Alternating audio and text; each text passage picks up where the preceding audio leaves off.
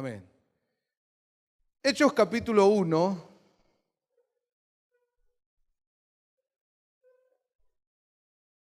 Dice en el verso 4, este es Jesús resucitado.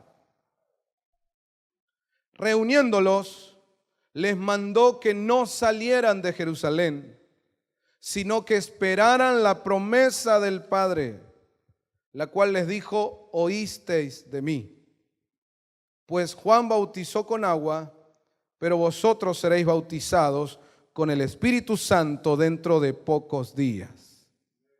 En el verso 8 dice: recibiréis poder cuando el Espíritu Santo venga sobre vosotros, y me seréis testigos en Jerusalén, en toda Judea y Samaria y hasta los confines de la tierra. Y esto es palabra de Dios. Oremos. Señor amado, yo ahora quiero pedirte, unido a mis hermanos, que por favor nos hables, que envíes un espíritu de revelación. Señor, revélanos tu palabra, y que esta palabra que se da produzca los frutos por la cual es enviada en nosotros. Señor, gracias por tu palabra. Celebramos aquí y recibimos esa palabra apostólica, profética, evangelística, pastoral y magistral. Y Señor, con gozo la guardamos en el corazón. Háblanos, ministranos, en el nombre del Padre, del Hijo, del Espíritu Santo. Amén. Amén. Es poderoso el Evangelio de Cristo. Es poderosísimo. Lo que pasa es que en algunos casos muchos han estado viviendo solo una parte pequeña del Evangelio. Muchos solo han practicado lo que un sistema religioso les enseñó. Muchos tal vez se amoldaron a una estructura tradicional, la cual desde lo religioso se transmitió, y entonces hay personas que solo vivieron eso. Y cuando pensamos en el Evangelio o se les habla del Evangelio, la idea que tienen del mismo es eso que aquella estructura les dejó ver y nada más. Pero estamos comprendiendo en este tiempo, hermanos, que el Evangelio de Jesucristo es poderosísimo, es algo asombroso, es sobrenatural. Tal vez por causa de las estructuras religiosas, de esos moldes tradicionales, por mucho tiempo no se le dio importancia, no se le dio lugar, ni siquiera se abordó el asunto o el aspecto de lo sobrenatural del Evangelio. Y nos hemos conformado a un evangelio intelectual, humanista, un evangelio donde nos acostumbramos a aquello que nos parece bonito, una palabra, un sermón que como que acaricia el alma. Vemos algunas cuestiones que son requerimientos y también nos parece bonito, porque todo aquel que abraza una religión tiene que tener cierto desafío, si no es muy aburrido, hermano. Y entonces dice contento, amén, cuando ve requerimientos y ve algún tipo de desafío, no muy profundo, no muy grande, pero más o menos algo que al practicarlo uno sienta: oh, qué buen cristiano soy. Oh, qué esfuerzo estoy haciendo para agradar a Dios, ¿verdad? Y muchos por años han, hermano, vagado en eso y creen que eso es el Evangelio. Pero el Evangelio, hermanos, de Cristo es tan grande como lo es Él. Si seguimos a un Dios grande, pues su Evangelio también es grande. Y usted sabe, la Biblia dice, el Señor es fuente inagotable. Entonces, en este Evangelio siempre hay más. De hecho, la Biblia dice que Jesús a los discípulos, a nosotros sus discípulos, nos dijo: ustedes van a hacer mayores cosas que las que yo hice. Hay una promesa bíblica que dice, la gloria postrera será mayor que la primera. Y nosotros cuando vemos la gloria en la primera iglesia, la iglesia primitiva, era una gloria impresionante. Bueno, la promesa a través de la palabra es que la que vamos a vivir nosotros, la iglesia del final, va a ser mayor todavía. Wow. Otro pasaje bíblico dice que vamos de gloria en gloria. Nos van envolviendo las glorias como en un torbellino y nos van elevando, nos van haciendo subir. Yo digo amén a eso. Bueno, cuando empezamos a ponerle la lupa, hermano, a hacerle zoom a la palabra, empezamos a descubrir, este evangelio es mucho más grande de lo que nosotros pensábamos.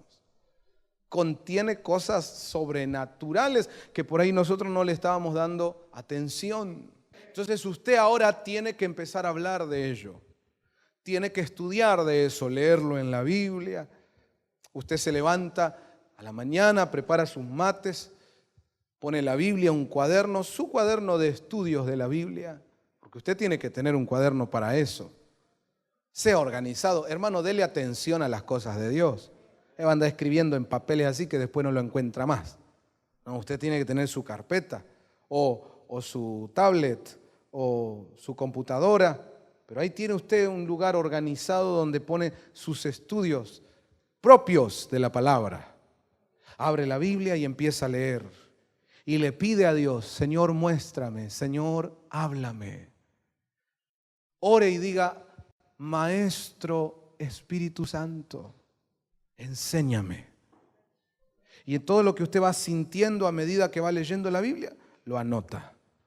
Si es una persona que está empezando a aprender a estudiar la palabra de Dios, pida ayuda a otros en la iglesia que ya llevan más tiempo y que conocen más.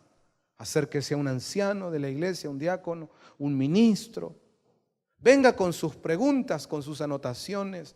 Tiene que hacerlo, hermano, usted tiene que empezar a molestar y activar la iglesia.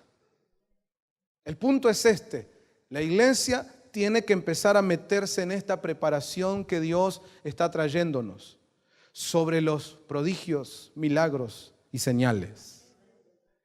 Y eso comienza cuando la iglesia empieza a hablar de eso, empieza a tocar esos temas, los empieza a leer en la Biblia, a estudiarlos y a orarlos.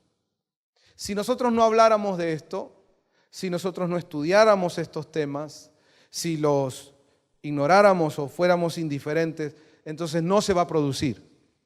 No porque el poder de Dios no sea real, sino porque nosotros estamos totalmente cerrados a eso.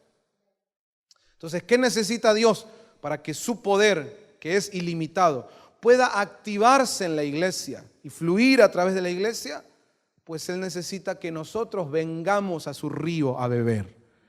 En este caso, si el tema es los milagros, las señales, los prodigios, yo tengo que venir al Señor a beber de ese tema, a empaparme de ese tema. Estoy reiterando esto y no me importa ser reiterativo, quiero machacar con esto porque es vital que la iglesia lo agarre. Escuche, tiene que empezar a leer de los milagros de Jesús. Tiene que buscar en la Biblia acerca de las señales, los prodigios y lo milagroso de Dios. Tiene que buscar ahí en la iglesia primitiva cómo Dios los usaba a ellos y cómo ellos extendían el evangelio. Que no lo hacían solo predicando de palabra, sino que confirmando la palabra con señales, con prodigios y con milagros. Quiero decirles que Jesucristo es el mismo ayer, hoy y por los siglos. Ese mismo Jesús que hace 2000 años levantaba paralíticos y daba vista a los ciegos, es el mismo que hoy le cantamos aquí, le adoramos aquí y le seguimos y le servimos en este tiempo. Él no ha cambiado. Él no se puso viejito, Él no se jubiló. Su poder está intacto.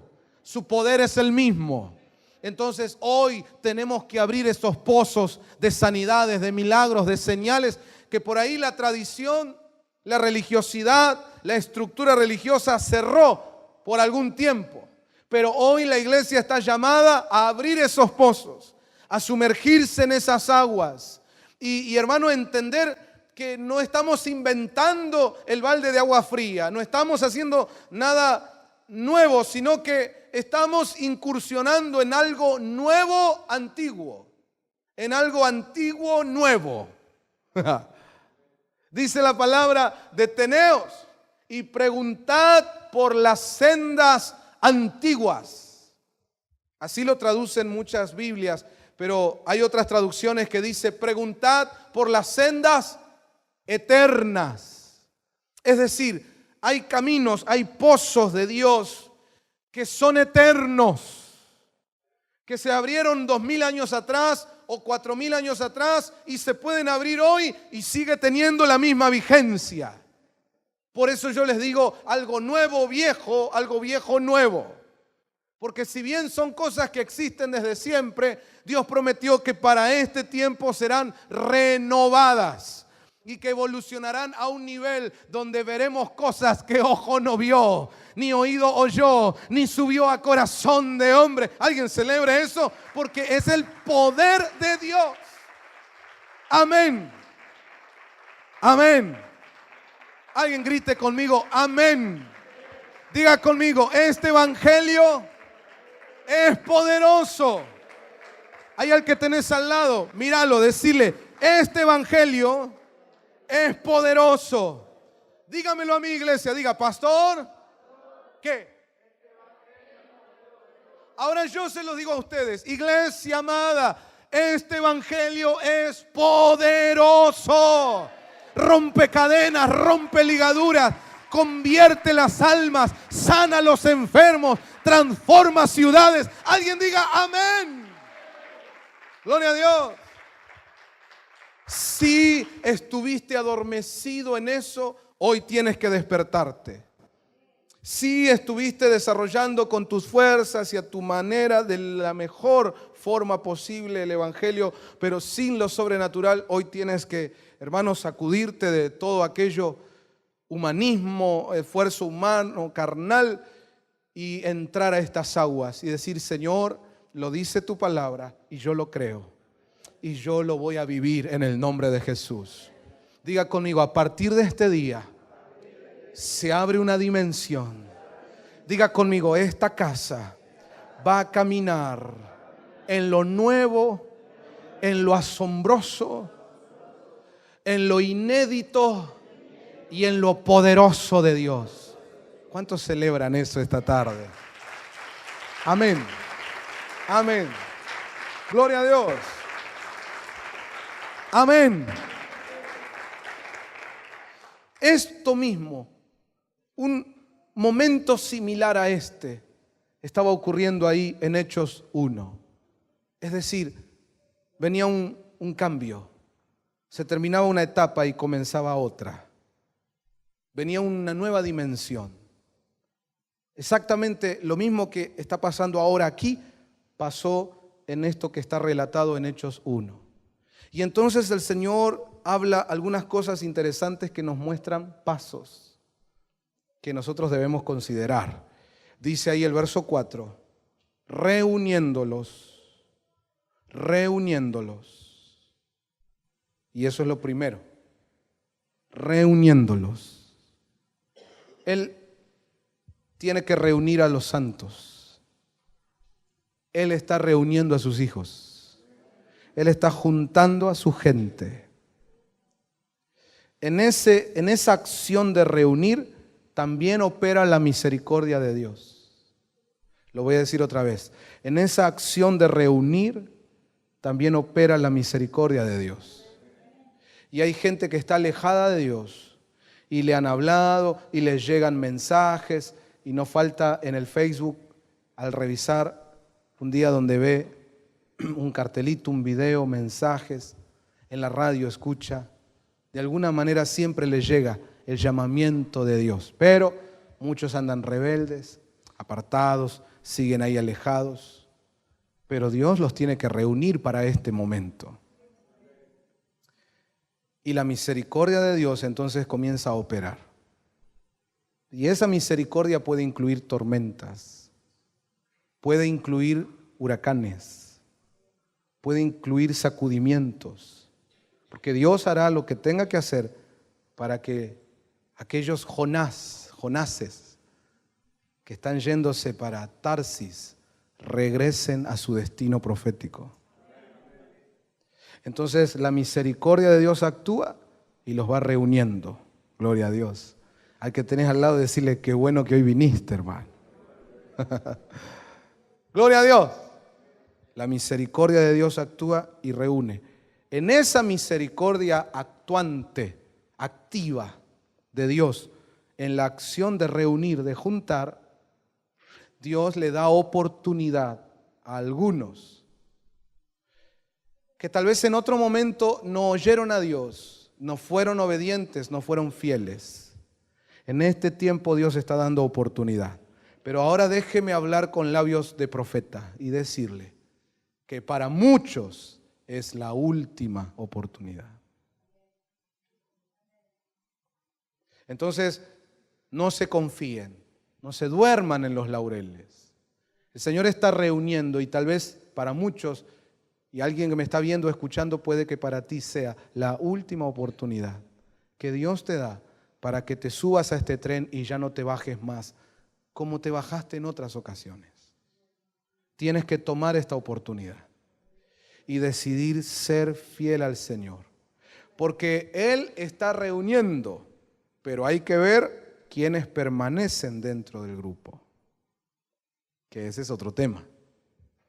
Pero gloria a Dios que este es uno de los primeros pasos que Él está dando, reuniéndolos. Sigue diciendo el verso 4, les mandó que no salieran de Jerusalén. Jerusalén es tipo de la iglesia, figura de la iglesia. Entonces hoy, hermano, lo básico, si usted quiere estar en las cosas del Señor y poder protagonizar la obra de Dios en este tiempo, básico es que usted no se mueva de la iglesia. No se salga de la iglesia. Tiene que estar bajo cobertura, tiene que estar en Jerusalén. Amén. Mire, a veces le dan ganas de no venir, a veces aparecerán trabas para no congregarse, pero tenemos que aprender, no puedo salirme de Jerusalén. Eso incluye congregarse también, porque hay gente que empieza a pensar cosas como esta. Bueno, pero un día que no voy no significa que me fui de la iglesia. Y claro que no significa eso, pero no sabemos. Porque puede haber muchas razones por las cuales no se congregó. Si hay una razón real que le impidió al hermano llegar y el hermano se quedó sin congregarse, pero con pesar, se quedó triste, quedó en la casa y está que camina a las paredes. Por ahí una enfermedad, una dolencia que lo tiene en cama y realmente no puede venir. Un hermano descompuesto y no hay manera, hermano. Salvo que haya... No hay. Bueno, cosas así que uno entiende que es algo de fuerza mayor y dice, bueno, no puedo llegar. Amén. Pero en muchos otros casos sí pudo haber llegado. Solo tenía que esforzarse. ¿Me sigue? Y Dios está mirando eso.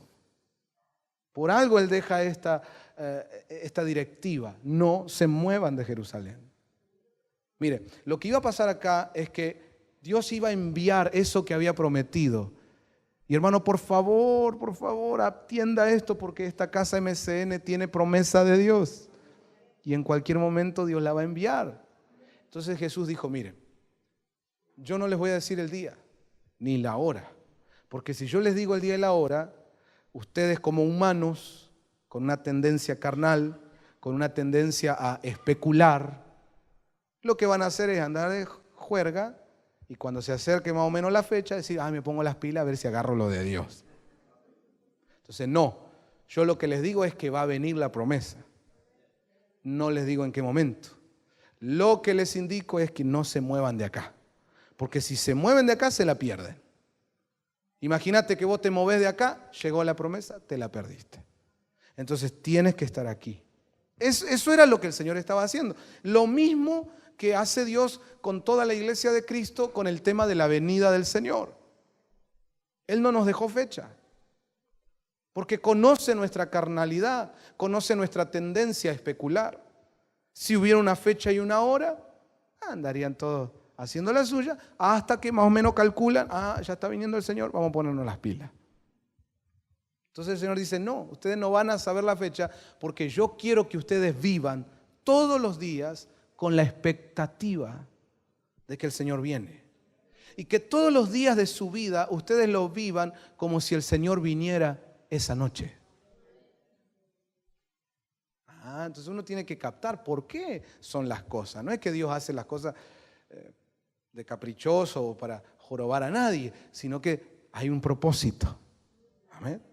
Entonces aquí está esto que el Señor les dijo, no salgan de Jerusalén. Y los hermanos que hoy estamos creyendo en la promesa que Dios tiene para esta casa MCN, recibimos la misma directiva. No te desenganches, no te salgas, estate metido ahí en el río, o metele, no baje los brazos, permanece en fe. Dios va a cumplir la promesa. Amén. Entonces el hermano que entiende esto espiritualmente se esfuerza para congregarse. En vez de ponerse en la postura esa de, pero no pasa nada, si no voy un día, si no voy 2 días.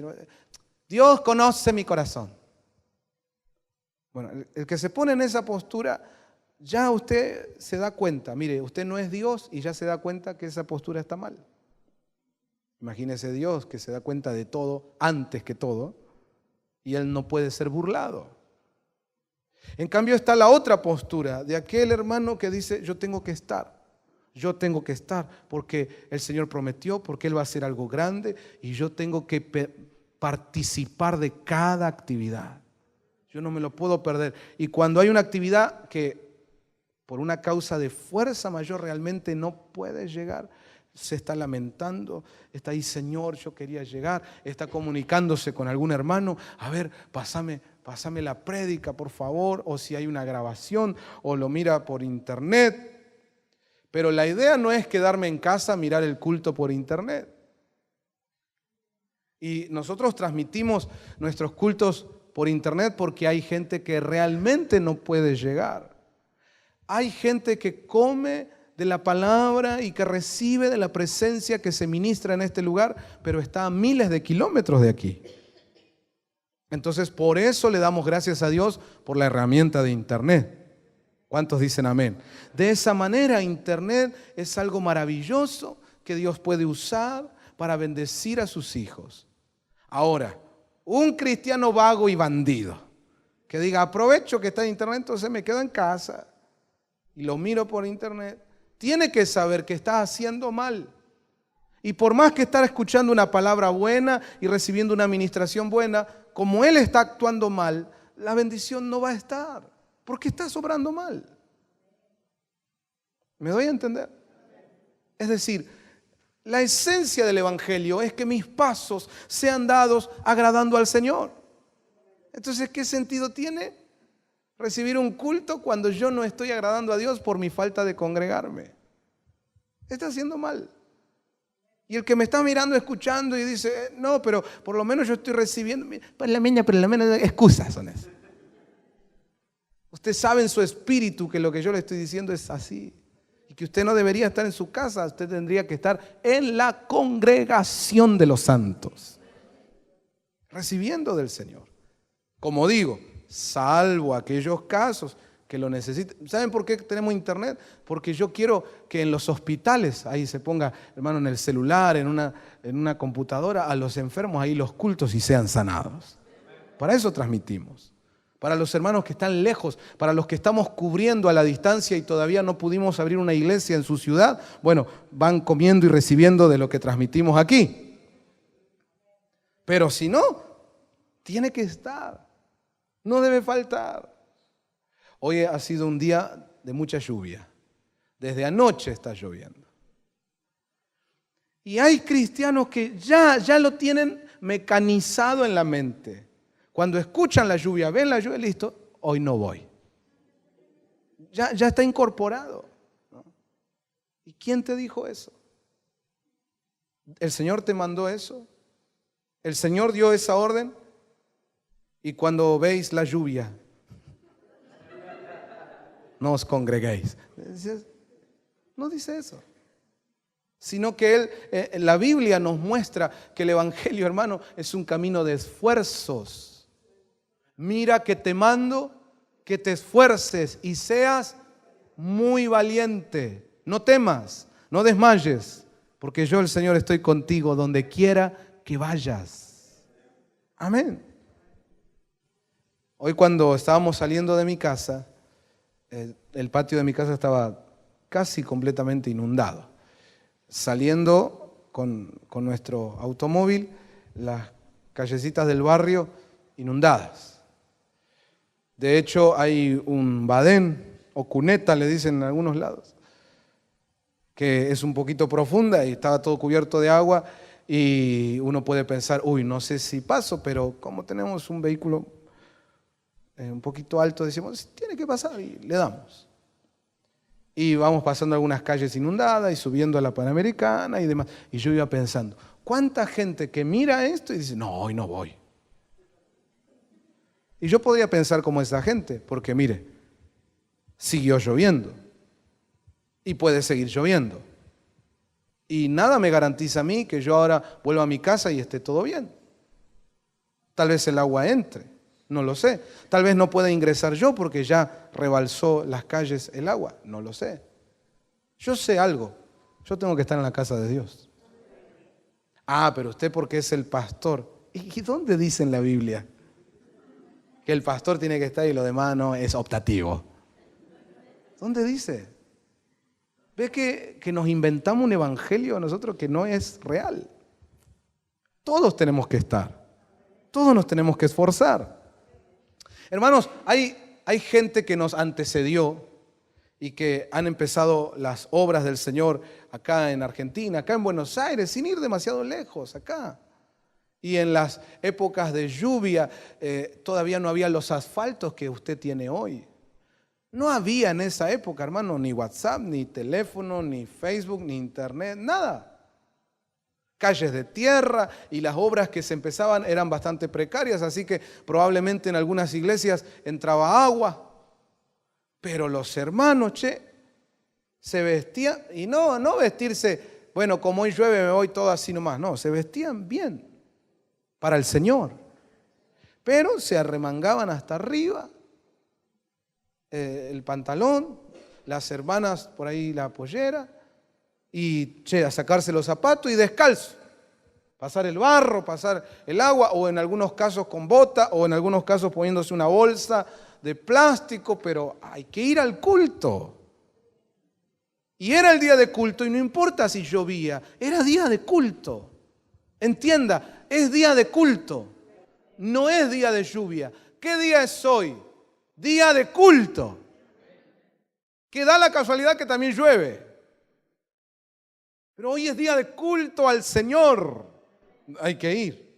Con sol, con lluvia, con lo que... Hermanos, nos han antecedido gente que fue valiente, esforzada y que fue fiel al Señor. Entonces nosotros no podemos deshonrar eso. Dice el libro de Hebreos, teniendo una nube tan grande de testigos. Hermano, hay gente, ¿qué nos dirían los hermanos? Que en la época que no había ni asfalto, hermano, que esto era una casilla, venían fielmente. ¿Qué nos dirían si hoy nos ven que porque llueve un poco ya no llegamos? ¿Verdad? Entonces, uno tiene que entender que las cosas de Dios, las cosas grandes de Dios, son cosas por las cuales yo tengo que batallar. Amén. Me tengo que esforzar. ¿Sí o no, hermano? Si usted quiere ganar un buen dinero, ¿no tiene que trabajar esforzadamente? ¿O le regalan a usted el dinero? Dígame, si se lo regalan, yo quiero hacer la cola también, hermano. Pero ¿verdad que no? Se tiene que esforzar.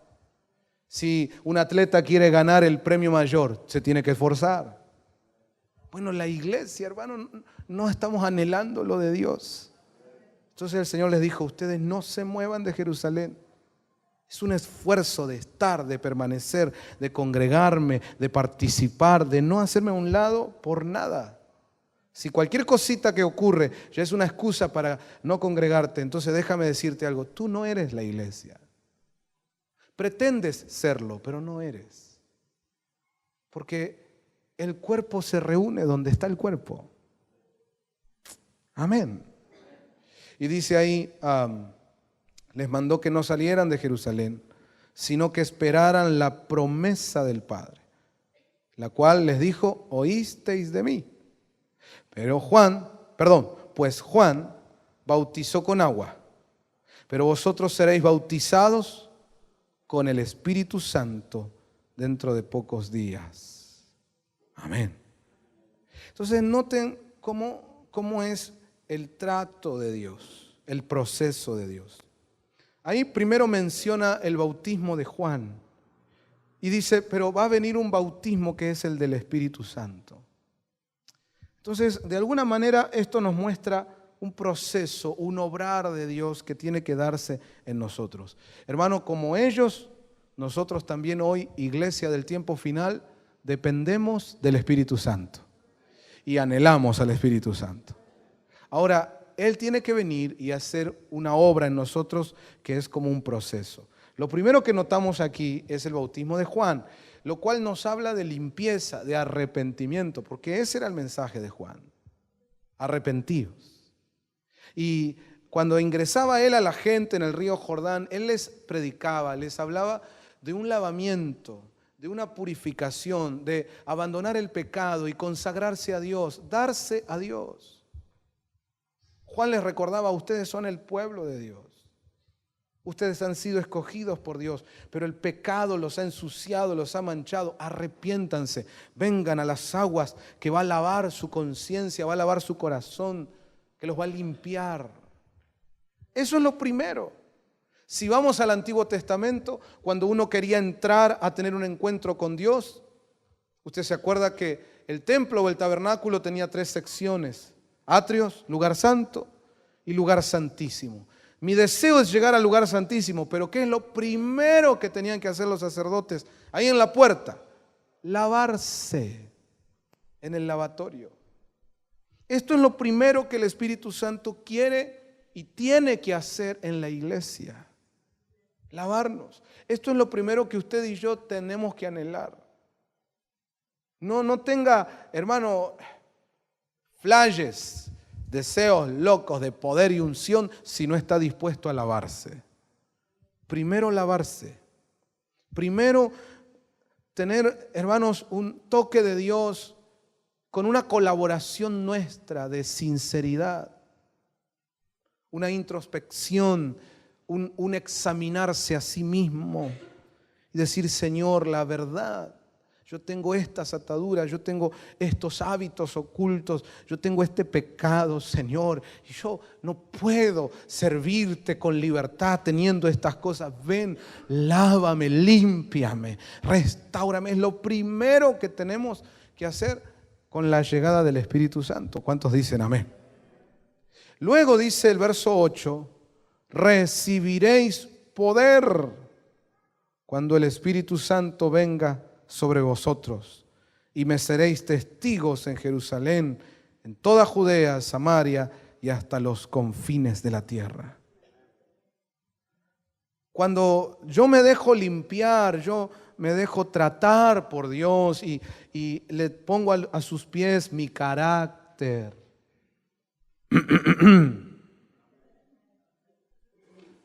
mi carácter, mi alma, mi ser, Señor, límpiame. Señor, por favor, trata conmigo, perdona mis pecados. Cuando yo doy ese paso, entonces Dios viene y prepara el vaso. Nosotros somos como vasos que el Señor va a usar. Y cuando limpia y purifica el vaso, Él va a derramar algo, que lo vemos ahí en el verso 8. Léalo conmigo. ¿Qué va a derramar? Dice ahí, recibiréis. ¿Qué recibiremos? ¿Qué recibiremos, iglesia? Poder. Poder. Poder. La iglesia tiene que recibir poder del Espíritu Santo que viene sobre nosotros. Tiene que recibir poder. Poder. Quiero que abordes este tema. Quiero que te metas, iglesia, en este tema. Te vas a levantar en las próximas mañanas, abrí la Biblia y busca este tema. Les estoy hablando de lo sobrenatural de Dios. Les estoy diciendo que la iglesia no puede caminar más, ni un paso más, sin lo sobrenatural. Tiene que estar en nuestras vidas el poder. Tienes que familiarizarte con el poder. No está mal, no es pecado hablar del poder, pretender el poder, buscar el poder. No, eso es de gente orgullosa. No, yo solo quiero que el Señor me toque. Eso es falsa humildad. La Biblia dice, no yo, ni ninguno acá.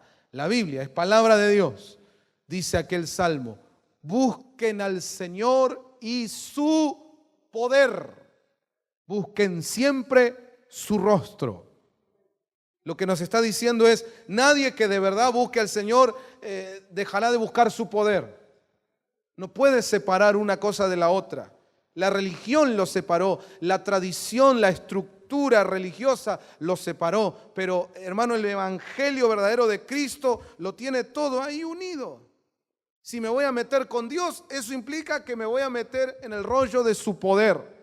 ¿Y ese poder para qué es? Para liberar las almas, para sanar a los enfermos, para predicar el evangelio, para alcanzar naciones. Es un poder sobrenatural que hace que de una iglesia pequeña de 120 personas, todo el mundo conocido sea conmovido por el evangelio de Cristo. ¿Alguien celebre eso? Para eso es el poder.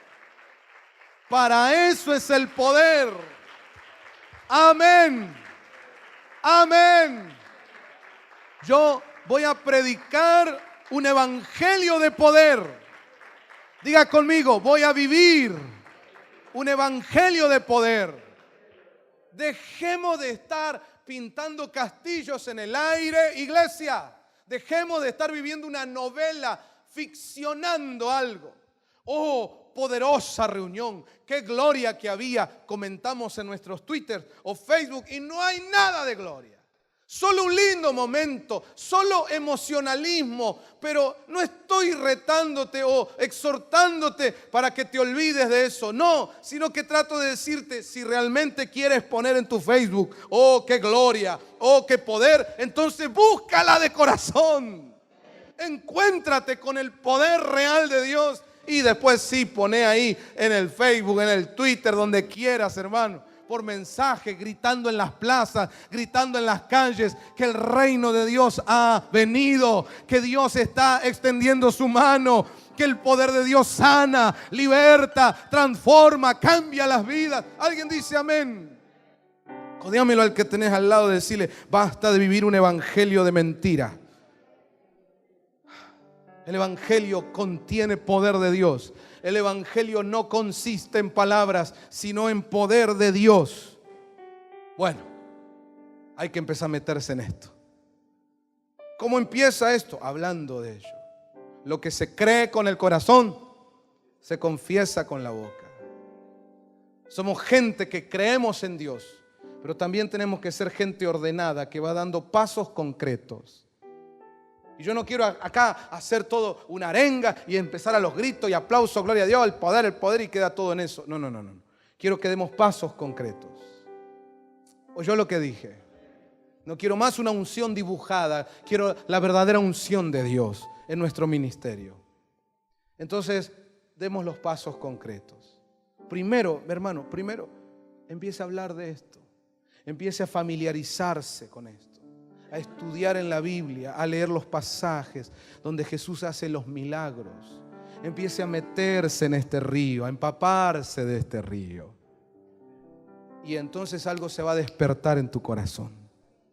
Y lo siguiente que vas a hacer es que donde aparece una oportunidad, no la vas a dejar pasar. Donde aparece una oportunidad para orar por un enfermo, para orar por liberación, para invocar el poder de Dios, no dejarás pasar esa oportunidad. Si eres un cristiano de verdad, que cree en el Evangelio de Cristo, por eso te llamas evangélico, no por religioso, sino porque creo en el Evangelio del Señor. Si te precias de tal, entonces ya no vas a andar evitando, ya no vas a andar escondiéndote de las oportunidades. Donde hay un enfermo, ahí hay que ir a orar. Donde hay un endemoniado, hay que ir a liberar. Donde hay cadenas y ataduras, tengo que ir a romper con el poder de Dios. Dice la Biblia que para eso nos ungieron. No para encerrarnos en cuatro paredes, sino para llevarle al mundo el amor de Dios. Entonces, pasamos al capítulo 2. Dice, cuando llegó el día de Pentecostés, cuando llegó el día, diga conmigo, hay un día que Dios ya marcó para cumplir su promesa. MCN tiene un día marcado en la agenda de Dios. Y cuando llegue ese día, aleluya, cuando llegue ese día, dice ahí, estaban todos, ¿cómo? Juntos en un mismo lugar, dice esta versión. Otras versiones dicen unánimes juntos. Ahora, cuando el Señor les dio la orden de que se queden y no se muevan de Jerusalén, había 500 personas aproximadamente. ¿Cuántas personas había? Cuando vino finalmente la promesa, llegó el Espíritu Santo. ¿Sabe cuánto había ahí en el aposento alto? 120. Quiere decir que 380 personas se fueron. Entonces volvamos al punto de hoy. El Señor está reuniendo. El Señor está reuniendo. Pero no todos quieren estar juntos y unánimes. Hay corazones que son rebeldes al Señor. Y pastor, ¿y entonces por qué vienen? Vienen porque Dios le da oportunidad a todos. Y porque un día cuando estén delante del tribunal de Cristo no van a poder decir, no me dieron oportunidad. Sino que el Señor le va a decir, yo te llevé, yo te reuní con la gente con quien tenías que estar. Entonces, hermano, por favor, hoy abra su corazón. No sea rebelde a la voz de Dios. Si el Señor te está llamando, permanece ahí donde Dios te pone. Lo voy a decir otra vez. Si Dios te está llamando, permanece ahí donde Dios te coloca. Ellos permanecieron unánimes y juntos. Y cuando estaba ese grupo que se ve que a Dios le agradó, ahí soltó el derramamiento del Espíritu. Solo pensemos un ratito juntos. ¿Dónde están los otros 380? ¿Y por qué justo que no están los otros 380? Viene el Espíritu sobre estos 120. Solo pensemos, no, después no me acuse a mí que yo dije nada, ¿eh? Solo pensemos juntos. ¿No será que a veces hay gente que no tiene que estar? Solo pensemos juntos. ¿No será que a veces hay gente que Dios tiene que sacar? Y justo cuando se mueve, ahí Dios dice, ahora sí. Bueno, un antecedente bíblico es Gedeón. Un montón de gente se había reunido, porque Dios le da oportunidad a todos. Pero cuando hay que demostrar quién tiene el corazón de guerrero, ahí Dios se fija en los valientes reales, genuinos, auténticos. Y Dios dijo, con estos 300 nos quedamos, el resto sacarlo. Cuando se fueron los otros, ahí Dios estableció su ejército y con ellos tuvo una gran victoria. Entonces esto nos da una enseñanza. Número 1, no te pongas mal cuando hay gente que ya le hablaste, que ya Dios los llamó, que ya se le dio el mensaje y opta por irse, por escapar, por andar en otro rollo. Bueno, solo nos queda decir, Señor, ten misericordia. Pero no sabemos si tal vez sea parte del plan de que cierta gente no esté para que entonces venga lo de Dios. A veces así ocurre. ¿Oyó lo que le dije? Entonces no te pongas mal. Por supuesto, uno tiene su cariño, uno tiene su alma y en el almita está el afecto hacia determinadas personas, pero sobre tus afectos almáticos tiene que estar tu devoción y tu dedicación a Dios, entendiendo que Dios está por sobre toda otra persona, porque así dice el Evangelio, ¿no? El que quiera seguirme tiene que amarme más a mí que a padre, madre, hijo, hija, esposo, esposa. ¿Cuántos dicen amén? Una persona dice, no voy a estar yendo a la iglesia porque mi marido no quiere que vaya. Un hombre que se opone al Evangelio, ¿no? No quiere saber nada con las cosas de Dios. Y la mujer sí conoce al Señor, llama a Cañó uniéndose en yugo desigual, ¿verdad? Porque clarito, la Biblia dice clarito, no os unáis en yugo desigual. Y una persona que conoce al Señor va y se busca a alguien que no ama a Dios y no sigue las cosas de Dios, claramente está desobedeciendo la palabra. Dios le dijo, no te unas en yugo desigual, y va y se une. Entonces, ya empezó mal. Ahí cría hijos, ¿viste? Ahí formó la familia. Bueno, está bien. Ahora dice la persona, yo quiero volver a Dios. Claro, lo extraña si es cristiano. Viene macaneando y haciendo todo mal, pero ama al Señor y lo extraña. Entonces quiere empezar a congregarse y no va. Obviamente el enemigo se va a levantar en contra. Y el yugo desigual le empieza a decir, no vayas, no vayas. Y si vas a la iglesia te olvidas de mí. Y no es fácil, hermano, eso. No es fácil. No es fácil. Es una lucha, es bravo. Pero también uno tiene que entender, esas son consecuencias de que uno no hace caso a la palabra de Dios. Porque si hubieras hecho caso a la palabra de Dios, no te pasarían esas cosas. Bueno, pero ahora ya está hecho, ¿no? Ya está. ¿Qué hacemos ahora? ¿Qué hace esta hermana? El otro día hubo un caso de una persona que decía, no voy a ir a la iglesia porque mi marido no quiere. Entonces, no voy a ir. Y le enseñan, hermana, pero si usted no se congrega, está desobedeciendo al Señor.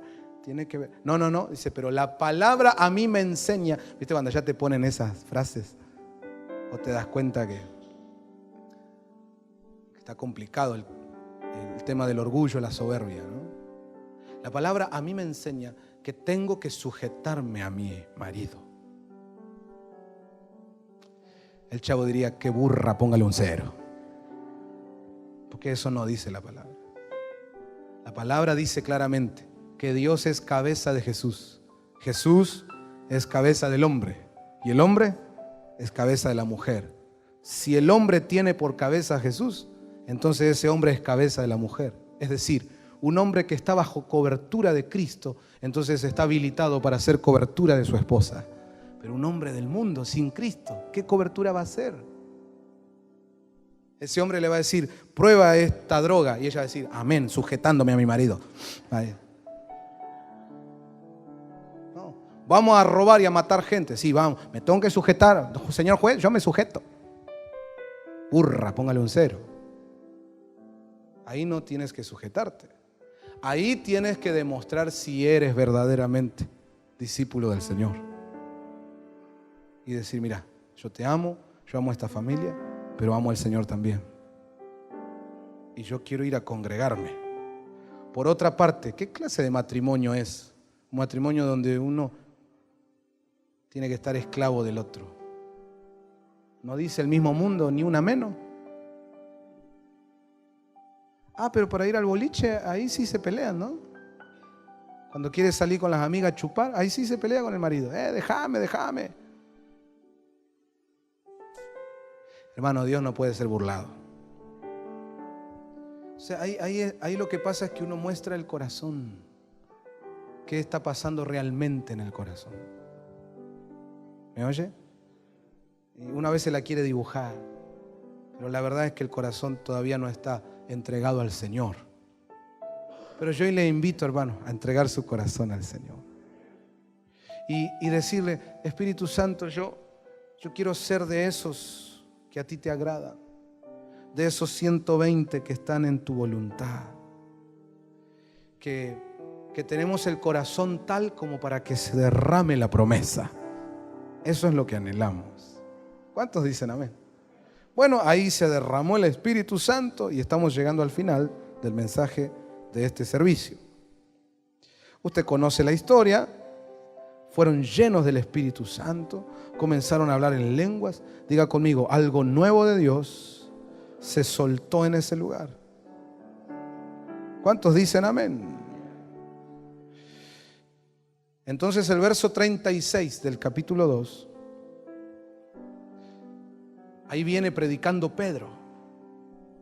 Viene predicando con un denuedo, con un poder, porque había sido lleno del Espíritu Santo. Y mire lo que dice ahí el verso 36. Sepa pues con certeza toda la casa de Israel que a este Jesús, a quien vosotros crucificasteis. Mirá vos, la autoridad, la unción que tendría para decirle a la gente eso, ¿no? Lo que le está diciendo es, ustedes lo mataron. Wow. Sepa con certeza toda la casa de Israel que a este Jesús, a quien vosotros crucificasteis, Dios le ha hecho Señor y Cristo.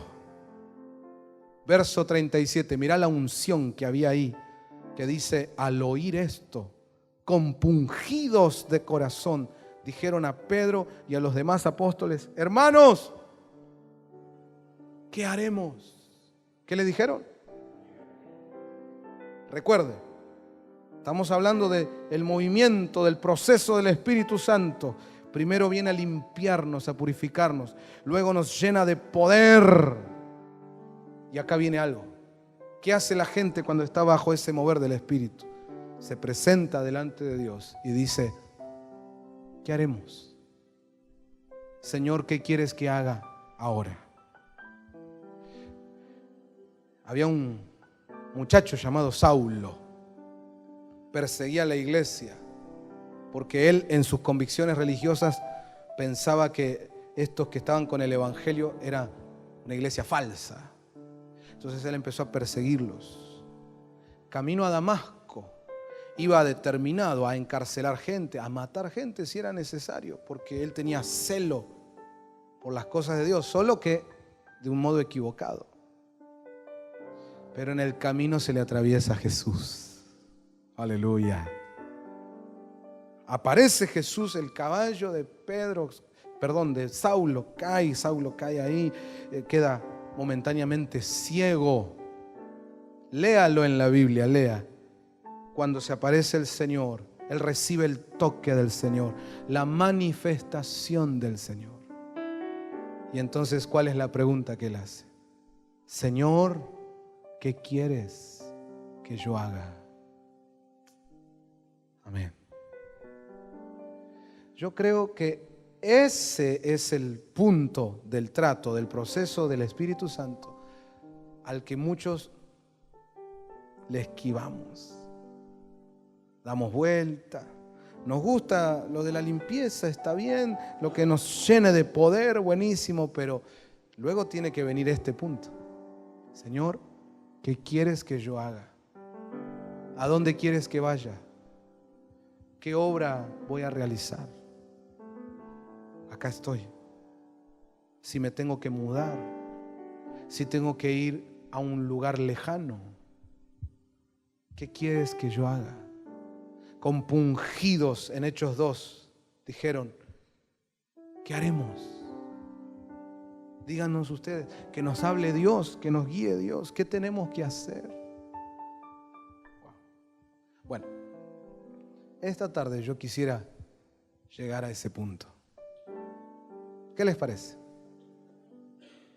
Porque ahí y solo ahí es donde Dios realmente es el Señor y toma nuestras vidas como instrumentos en sus manos y hace que su evangelio se extienda. Solo ahí, cuando llegamos a ese punto. Hasta que no lleguemos a ese punto, hermano, todos estamos ahí jugando a la iglesia. Pero cuando llegas a ese punto, ¿qué quieres que haga? Y no es un que quieres que haga falso, de labios para afuera, ¿no? Sino que es real. Señor, ¿qué quieres hacer con mi vida? Yo estoy dispuesto. Acá está mi vida. Amén. Y esta casa MCN tiene que hacer esa oración, tiene que llegar a ese punto. ¿Qué quieres hacer conmigo, Señor? Acá estoy. Cerremos nuestros ojos para orar esta tarde.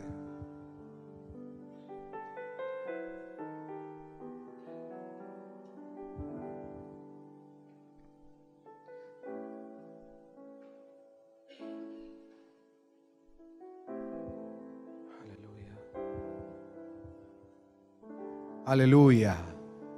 Gloria a Dios.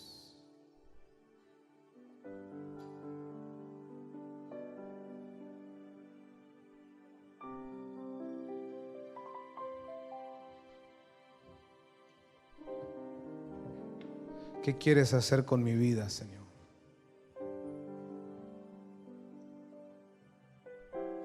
Wow.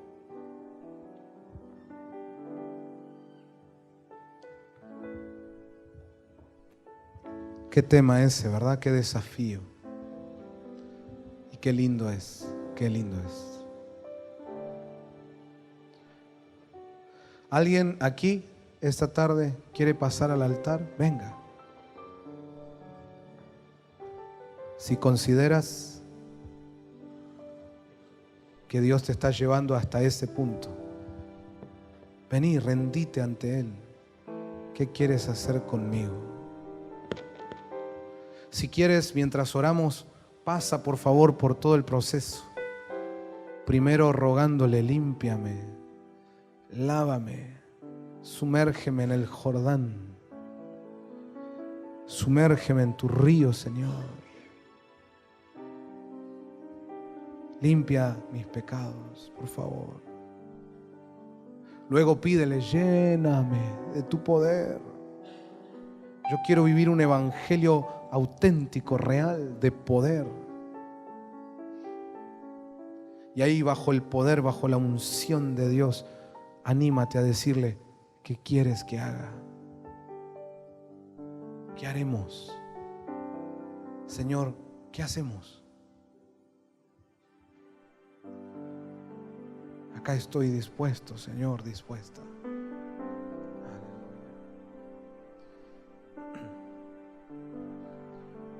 ¿Cuántos vienen al altar a orar así? A ver, delante del Señor. Gloria a Dios.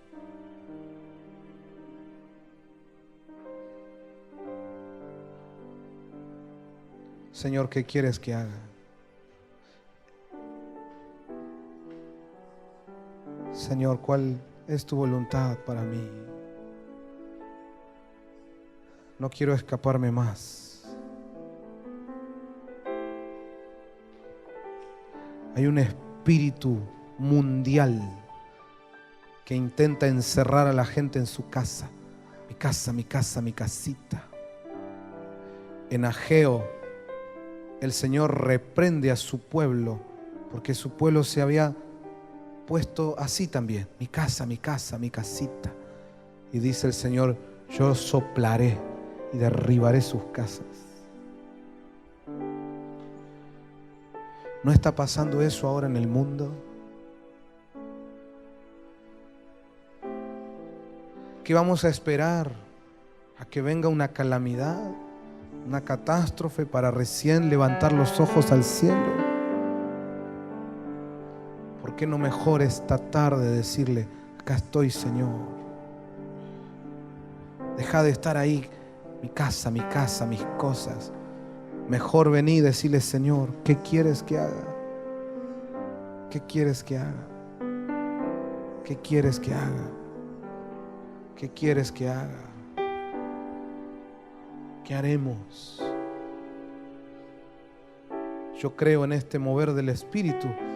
Yo creo en la promesa. Yo creo en lo que nos vienes hablando. Bueno, ahora hace falta obreros. ¿Qué quieres que haga, Señor? Aleluya. Aleluya. Aquí estoy dispuesto, Señor. Aquí estoy entregado, Señor.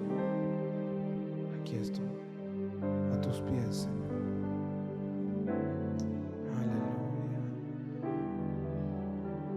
tus pies, Señor. A tus pies, Señor. Aleluya. A tus pies, Señor.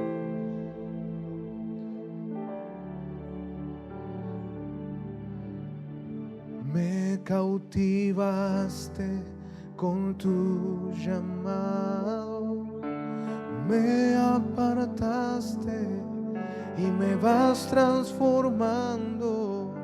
Quiero ser como tú.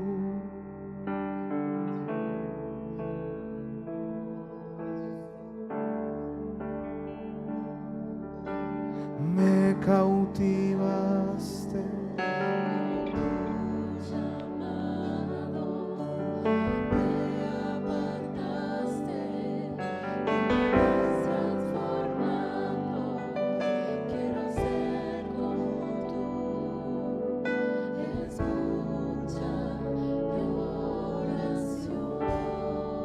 Me cautivaste, Señor.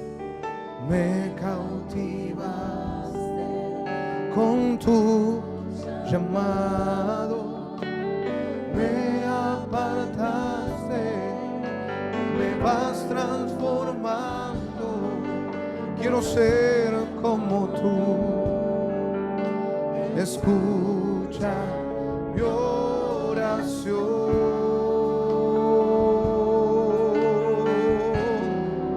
Tómame esta tarde, Dios.